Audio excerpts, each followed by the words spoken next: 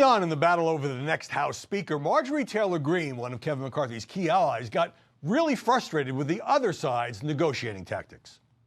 We found out that there were several members, 3 in fact, that went in last night and were demanding positions for themselves, demanding gavel positions, demanding subcommittees, demanding for people to be taken off committees and people to be put on committees. I haven't asked for one thing for myself, and I'm the only Republican that has 0 committees. And joining us now is Marjorie Taylor Greene, the Georgia Republican Congresswoman. So we'll come back to that, but walk us through what happened at the end, because everyone's now seen the pictures. Let's put it up. Were you surprised when Kevin McCarthy fell 1 vote short on the 14th ballot late Friday night when everybody was saying he was going to win? And when you were trying to hand your phone, everyone could see DT on it, to get an opponent, Congressman Matt Rosendale, to talk to the former president, why did he refuse to take the call? Well, actually, I was surprised that this went on as long as it did. Going into this past week, we all knew the negotiations were there. It had been going on for months, and the last final weeks, we thought everyone was in a good place. Then everything started, and we started seeing that there was a solid 20 that just wouldn't back down. But there was also a solid 201. Right. That got lost in a lot of the coverage. Exactly. And, you know, that was something the media kept spinning around. They were trying to say that Kevin McCarthy would drop out or that the conference was going to pull away. Absolutely not. And President Trump really helped with that. There towards the end, I had been talking with President Trump several times that night, and I was trying to get Matt Rosendale on the phone with him. President Trump wanted to talk to him. And I was shocked that he refused his phone call. And he seemed angry about it. He was angry. He yelled at me on the House floor, telling me, "Don't you ever do this?" I was so surprised I couldn't understand. I was holding out my phone saying, "It's President Trump. He wants to speak with you." You know, President Trump endorsed, I think, all 20, and was there helped them anybody get else across the line on the floor at that time that you were able to get to take a call from the former president? Well, you know, these are my Freedom Caucus allies. Usually. And yes, and our voting records are literally the same. I have a 100% conservative voting record and will continue to have one. But he had talked to them, multiple of the 20, during the course of the week, urging them to vote for Kevin McCarthy for Speaker because we have a great agenda, and the agenda is easy to support. It's the same type of agenda the base supports, so we were ready to go.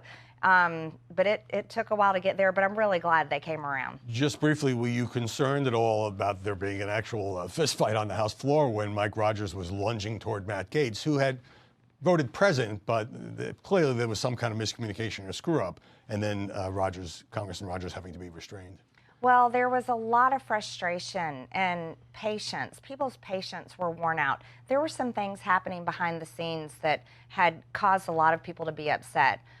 For example, there were people that had sick family members at home.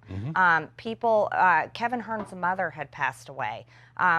There were babies had been born. Right. You know, Wesley Hunt, one was premature, and his wife was in the hospital. Right. So there were serious things going on, and there were members in the conference that were saying, enough of this. There is nothing more to discuss.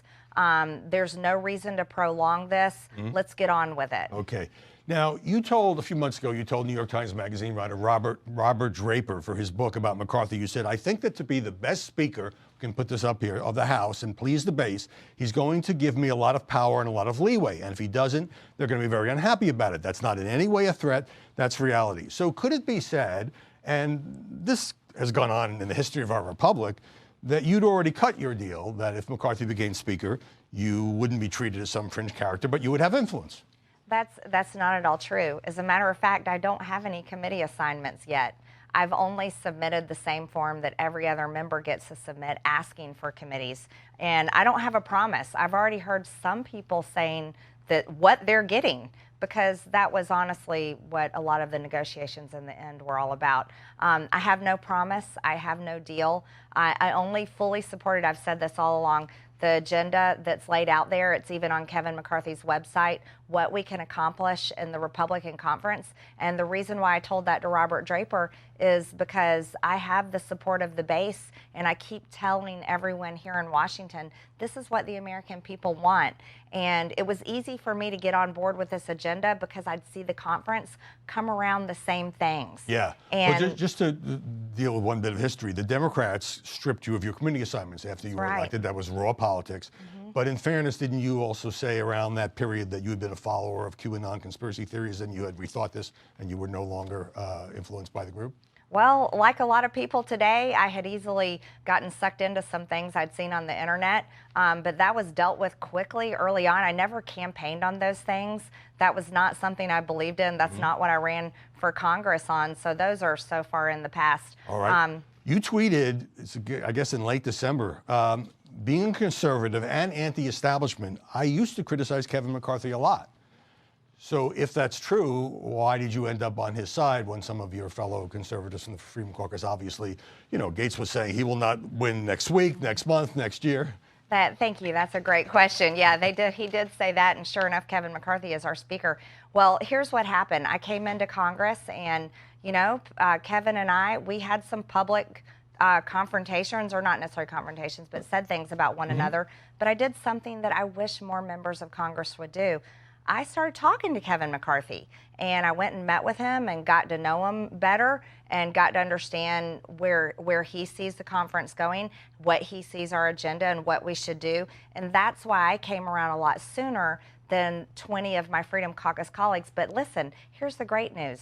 I'm glad they came around this past week.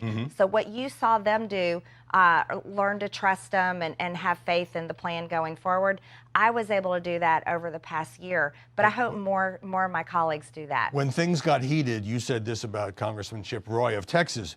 He refused to object on January 6th. That's not what our base wanted.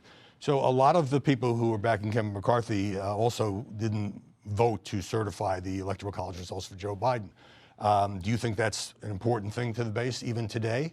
Oh, it's very important. Well, what I was pointing out is the same people that conservatives were holding up in high esteem don't necessarily have those voting records, while they're at the same time criticizing Kevin McCarthy, who does. Right. Kevin McCarthy did object on January 6th, and he's been a top target of the Democrats and the January 6th committee. So do you believe that Joe Biden is a legitimately elected president? Of course Joe Biden's the president. That's always a silly question. Okay, I wasn't trying to be silly. I was trying to just clarify. We have about half a minute left. As you know, what a lot of media are saying now is, oh, you know, McCarthy gave away too much. He's weakened his speakership, especially when the number of members required to do a snap vote of whether he should stay in that chair went down from 5 to 1. Was that a big deal in the machinations here? Well, no, I'll go with this, and this is what I've said from the beginning before we ever got into this week. The most important thing that every single member has is their voting card. There's only 222 Republicans, and we need 218 to pass anything.